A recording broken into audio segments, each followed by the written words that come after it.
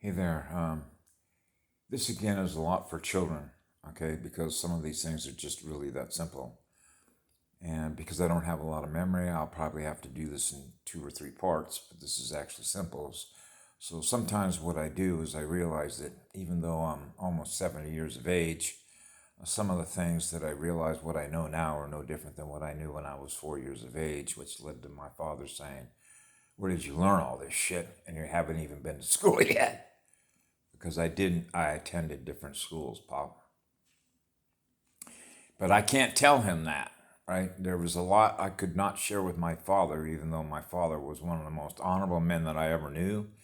And he worked in the aeronautical industry, right?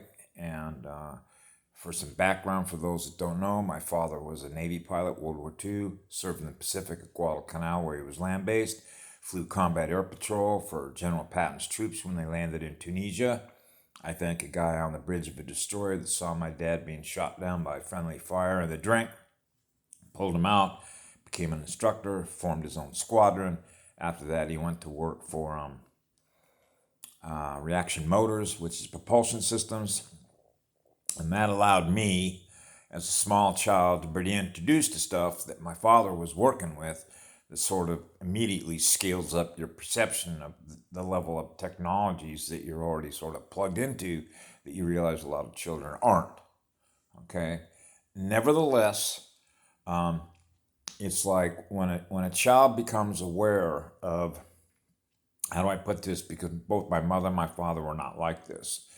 But what I noticed is everybody was always trying to tell everybody else what to do. Okay, believing that they have the authority to control what you experience by virtue of, like, you're a slave. You're supposed to do what I tell you to do.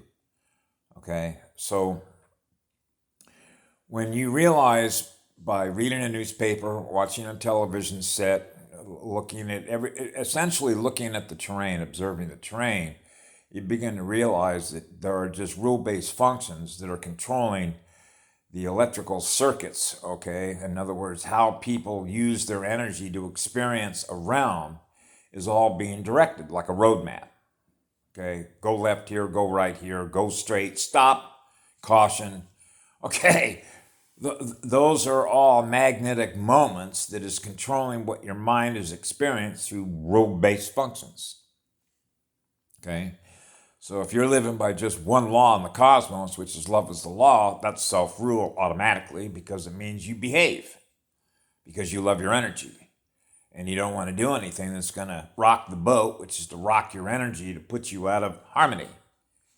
Okay, so when you know that at 4 years of age, and you know that when you're in a spiritual war because of all the above, you realize that the easiest way to protect yourself is your neurotransmitters, your heart. You stay within your heart and soul.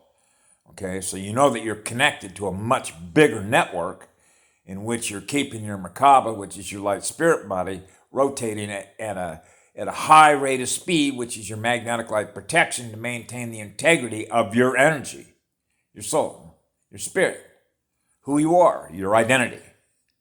Okay, so that allows you to move through an energy field and protect what it is that you are. It also allows you to heal others when you're detecting the loss of electrons in something else as a result of trauma that they've been through, which creates an enormous amount of electrical resistance in them, which causes inflammation, disease, etc., etc. And this is where you get into the balance between acid and alkaline. Okay? So having said that, I thought that it was important, particularly now, and why I've always said and reinforced is not only keeping your pH up, but trying to spend time in nature, if you will, where the scalar energies are higher, and particularly now with all the healing energies that are coming in, versus being in a place where you're hit with Wi-Fi, microwave, cell phone towers, and all that kind of stuff. Going out in nature and plugging into a tree, taking your shoes off, grounding yourself to the girl's battery and the planet, you begin to realize, man, I feel a heck of a lot better. And that will allow you to heal yourself and your children to experience higher frequency energy, higher speed. Okay? And when people are beginning to start doing that and share the experiences that they're having, what you're learning through the morphogenetic field structure will help raise the state of awareness in everybody across, if you will, the consciousness in the planet. You know, the experiences that everybody's having that we're all connected to through each other will begin to rise up, and you'll realize that everyone is in a sort of a collaborative effort to participate in the liberation of our consciousness from lower density to higher density, right?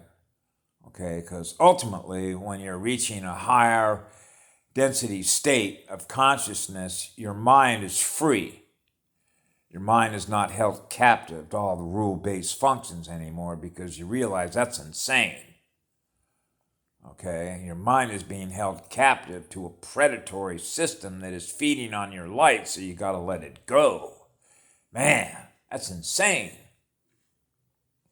Because what you begin to realize is that when you're finally free, when your spirit is free, and now you can create and imagine what is possible for you to experience, because now your mind is free. Okay, now your mind is free to be able to experience what you choose to experience, which is your free will. And when the energy level is up and you're experiencing a state of love and joy when you wake up every morning, you know, it's like a wind-up clock. Here we go. You know, I can remember times when I was a child, even now, waking up and or actually going to bed at night and then anticipating, you just can't wait till you wake up in the morning and you're ready to go again like a 4-year-old kid. Which sort of informs you that, man, this energy goes on forever.